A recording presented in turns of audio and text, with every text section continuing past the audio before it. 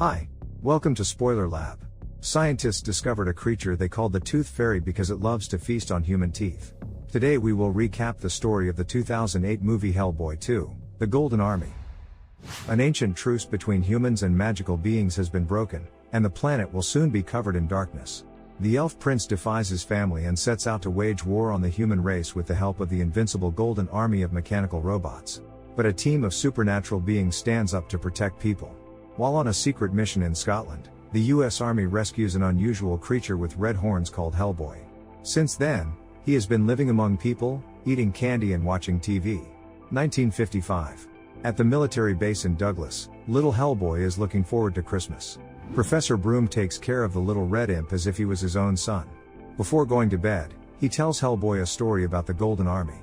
The legend says, once upon a time, all people, animals and magical creatures lived together under Awaken, the progenitor tree.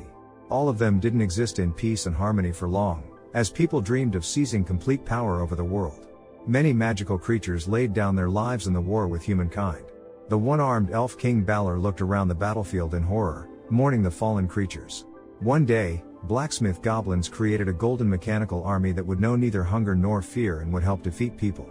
A huge army of robots with golden bodies would only obey the wearer of the magical crown of control, which could only be worn by a being of royal nobility. Now the power was on the side of the magical beings, but the Golden Army was too merciless. To stop the violence, King Balor called for a truce and divided the crown into 3 parts. He gave one to the people, and the other 2 he kept for himself. In exchange, people remained to live in cities, and all magical creatures settled in the forests. However, the son of the king, Prince Nuada, did not want to put up with people and went into exile, promising to return when his people needed him. The Golden Army fell asleep somewhere in the bowels of the earth, waiting for the moment when the crown will be put together again. In the present, Prince Nuada is training in the subway dungeon. Towards the end of the training session, a magical creature named Wink emerges from the shadows, waiting for his orders. They are going to go on a mission and take along the hungry monsters locked away in boxes. Nuada breaks into an auction where the organizers are selling one of the 3 elements of the magic crown. He gets the fragment, releases the small toothy creatures from the boxes and sets them on the people that he absolutely despises. Later that evening, Paranormal Research Bureau Chief Tom Manning complains to his amphibious colleague, Abe, about Hellboy. The grown-up imp also works in the organization and helps to catch evil creatures, but constantly violates the terms of privacy and gets on YouTube. Their conversation is interrupted by a metal door, broken down by Hellboy. Currently things are not going well between him and Torch Girl Liz Sherman, who ignites every time they fight. Hellboy is used to living alone with cats, but his girlfriend needs more space for herself, which was the reason for the conflict. A siren sounds at the base, notifying employees that an incident involving paranormal creatures has occurred somewhere. Before being sent on a mission, Manning asks his colleague to be inconspicuous and not draw people's attention to himself. While the bureau chief distracts the journalists, Hellboy and the team infiltrate the auction building. Inside, everything is destroyed, but there are no survivors or bodies around. Abe finds boxes with the royal seal, which are only delivered during wartime.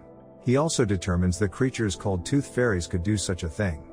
Little critters are still in the building and begin to crawl out from behind the walls. While covering for Liz, Abe accidentally touches her belly and learns that she is pregnant. In another room, Hellboy and a bureau agent watch a tooth fairy finish eating a human tooth. Then, the creature notices the agent, but the imp crushes it. Right after, hundreds of tooth fairies attack the Karakayers, trying to eat them alive. Agents shoot at the creatures, but there are too many of them. Hellboy drops an ancient statue on them, and Liz sets them on fire. She fails to tame the flames, and her boyfriend is blown out into the street by an explosion, where he once again gets exposed to the public. Hellboy and his team are immediately surrounded by journalists, which the Red Demon finds quite flattering.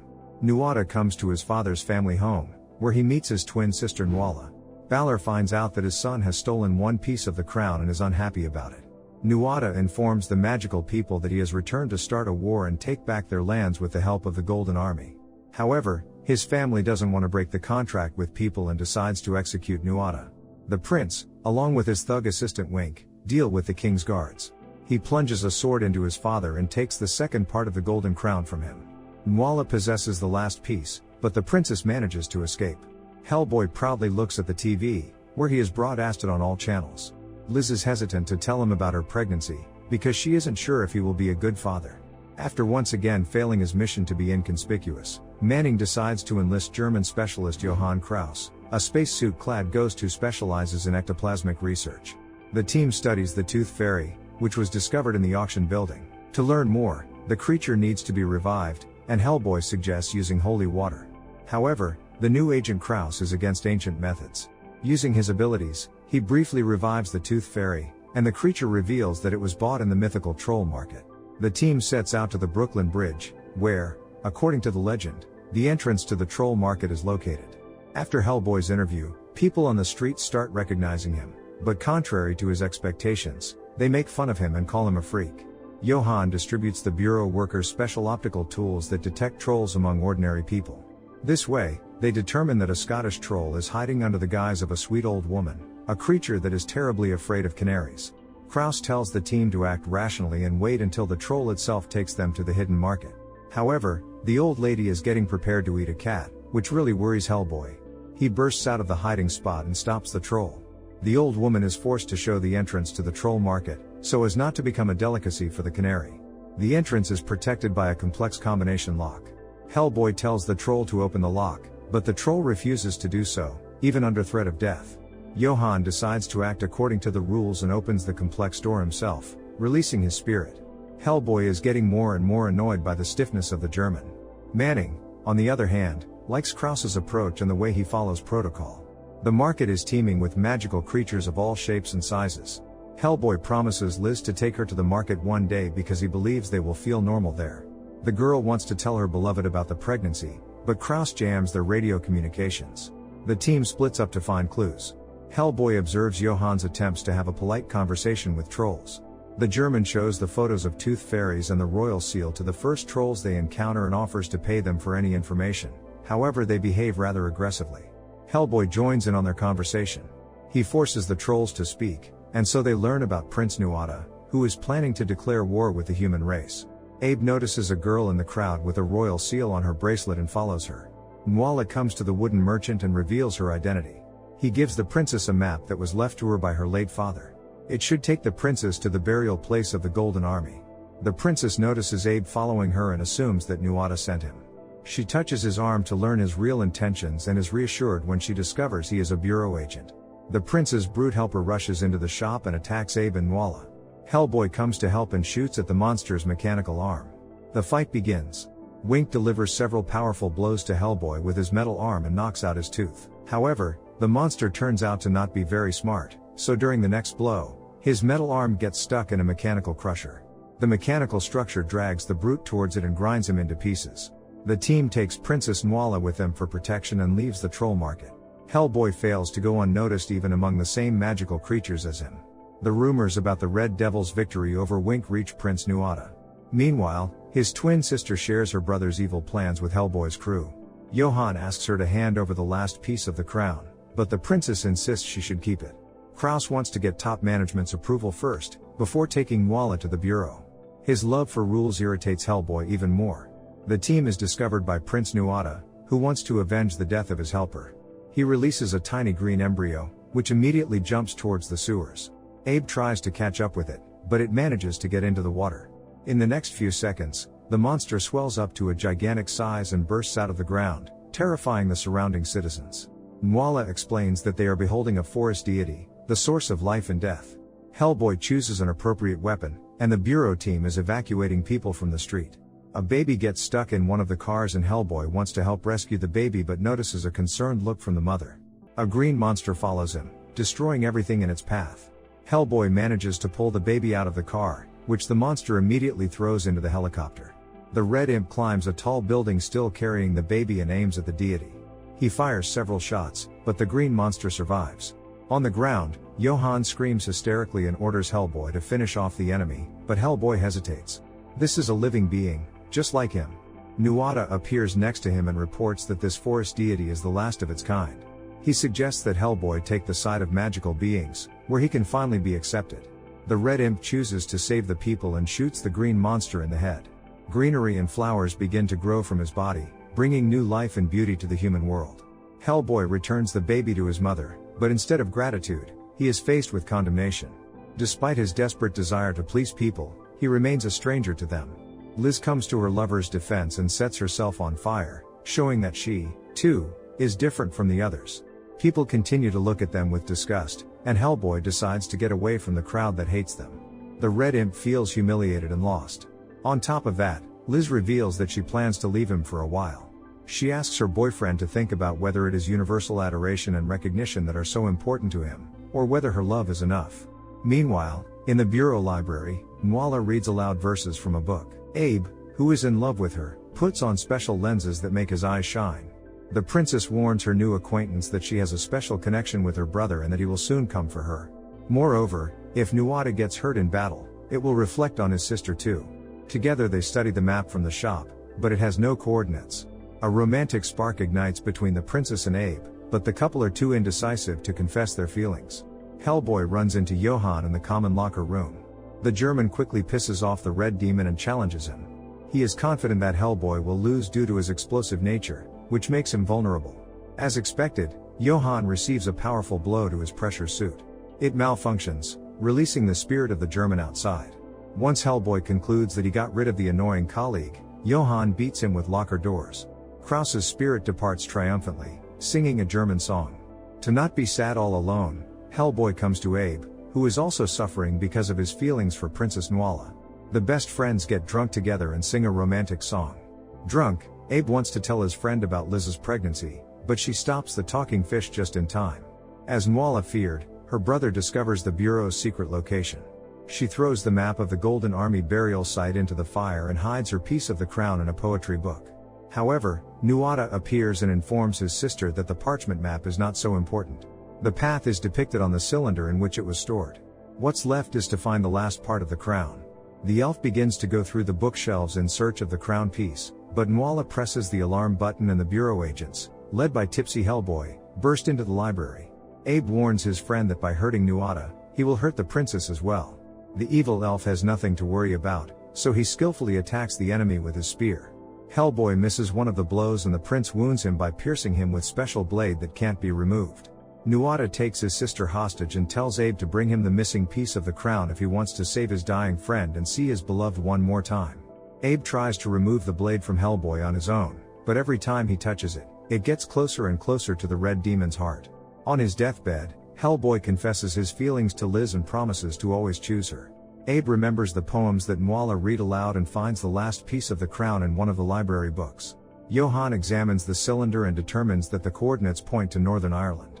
Liz and Abe are ready to go there to trade the crown for Hellboy's life, but Manning and Kraus don't support the idea. They can't allow the Golden Army awakening to happen, as it will destroy the entire human race. Abe decides to hide the part of the crown from his superiors to save his friend and the princess. Liz, Hellboy and Abe decide to secretly go search for the Golden Army. They are stopped by Johann, who, to everyone's surprise, takes the side of his friends. He, too, used to be a man who lost his beloved, so human feelings are not alien to him. The team steals the Bureau's plane and travels to the hills of Antrim, where the passage is supposed to be. They meet a merchant troll who is willing to show them the way in exchange for an interesting item. The troll notices a shiny blade in Hellboy's chest and demands to give the tip to him. He invites the group of friends to go to someone who can safely remove the object from the Red Imp's chest. The merchant blows his whistle, and a huge stone giant grows out of the ground with a passage inside his chest. After going inside, the team finds themselves in a dead city, destroyed by an ancient curse. As soon as the Golden Army was chained here, silence and death fell upon the magical people, and the world forgot about them. The travelers come to the sanctuary of the Angel of Death. Hellboy's condition worsens and Liz begs Death to save her lover. It warns the girl that Hellboy's destiny is to bring destruction to Earth. Liz has to make a choice, save the world, or the life of her loved one. The girl chooses Hellboy and Death frees him from the blade. In the end, the angel tells Liz that soon she will suffer terribly because of her choice. The Angel of Death vanishes into thin air, and the merchant troll receives a shiny tip. Liz tells Hellboy about her pregnancy and he wakes up when he hears the news. The merchant keeps his promise and takes his friends to the Golden Army. He asks them to stop Prince Nuada and prevent more bloodshed. The heroes climb a long ladder and encounter the elves again. Nuada asks Abe to give him the last piece of the crown. The amphibious man, still in love, obediently gives the missing piece to the prince, hoping that he will keep his promise and let Nuala go. Nuada impatiently puts on the crown and calls out to the Golden Army. The mechanisms around are put into operation and turn on the iron robots. 70 times 70 of warriors are ready to serve their new king. Nuada tricks naive Abe and orders the robots to destroy the group. The iron warriors surround the group of friends, and they engage in combat. Hellboy jumps from robot to robot and shoots them in the head. Johann releases his spirit and takes control of one of the opponents. He begins to work in tandem with Hellboy and together they destroy the red-hot iron warriors. However, it turns out the robots can heal themselves, so fighting with them any further is meaningless. Then, Hellboy decides to save the day and challenge Prince Nuada to a duel for the right to command the Golden Army. He is the son of the fallen Duke of Hell and a witch who was a descendant of King Arthur by blood. He also has royal blood, which requires Prince Nuada to accept the challenge. His friends beg Hellboy to change his mind, because he can't hurt the enemy without harming the princess. But Hellboy is confident in his abilities and promises to kick the prince's ass just a little. The Golden Army gives way and the opponents enter the battlefield. Over several centuries of hard training, Nuada has mastered the martial arts to perfection, but Hellboy isn't any worse in dexterity than him. He even accidentally wounds the prince, and Nuada gets the same wound. The fighters jump on the moving mechanisms, continuing the battle in challenging conditions. Nuada throws Hellboy into the machinery and takes everyone's breath away. But the red demon isn't crushed and continues the battle. He manages to grab the prince by the throat and snatch his spear. Defeated, Nuada begs Hellboy to kill him, for he will never give up his goal of destroying the human race. The demon decides to let the prince go, because he won't be able to control the Golden Army any longer. But the elf doesn't give up and is about to stealthily attack Hellboy. The evil elf suddenly dies at the hands of his sister. The princess stabs her chest with a dagger and a wound also appears on her brother's body. Before leaving, Nuada turns to Hellboy and asks him to think about it. People will always despise and hate magical creatures and he shouldn't be protecting them. Only when they are all dead people will realize what they have lost. Abe bends over the dying Nuada. The princess asks him to touch her hand. The girl reads his feelings for her and leaves with a smile on her face. Nuada goes towards his sister and turns into sand, just like her. So, the world has lost another ancient creature, the last of its kind. Liz takes the crown from Hellboy and burns it to the ground so that the Golden Army will never rise from the dead again. Thousands of iron warriors are permanently out of order. Tom Manning, along with the other Bureau agents, arrive in Northern Ireland. Hellboy, Liz and Abe decide to leave the Bureau and start a quiet life. Even Johann Kraus decides to tell his boss to get lost and leaves with his new friends. Liz and Hellboy discuss their future plans and wish to live outside the city in the fresh air. The girl tells her lover that they will have twins, which delights the Red Imp. So what did you think of this movie? Leave it in the comments below and if you liked the video please like and subscribe for more movie recaps. See you next time.